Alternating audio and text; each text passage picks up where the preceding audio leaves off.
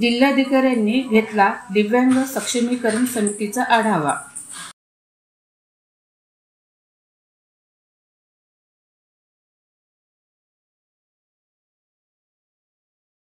चंद्रपूर जिल्ह्यात नोंदणीकृत दिव्यांगाची संख्या 8,578 असून दिव्यांग नागरिकांसाठी शासनाच्या विविध योजना आहेत। यात स्वावलंबन कार्ड, घरकुल, 1% राखीव निधी, विविध उपकरणे उपलब्ध करून देणे आदींचा समावेश आहे।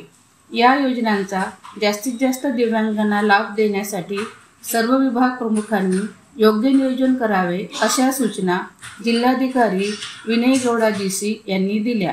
जिल्हाधिकारी कार्यालयात जिल्हास्तरीय सक्षमीकरण समितीचा तसेच मर्यादित पालकत्व समितीचा आढावा घेताना ते बोलत होते।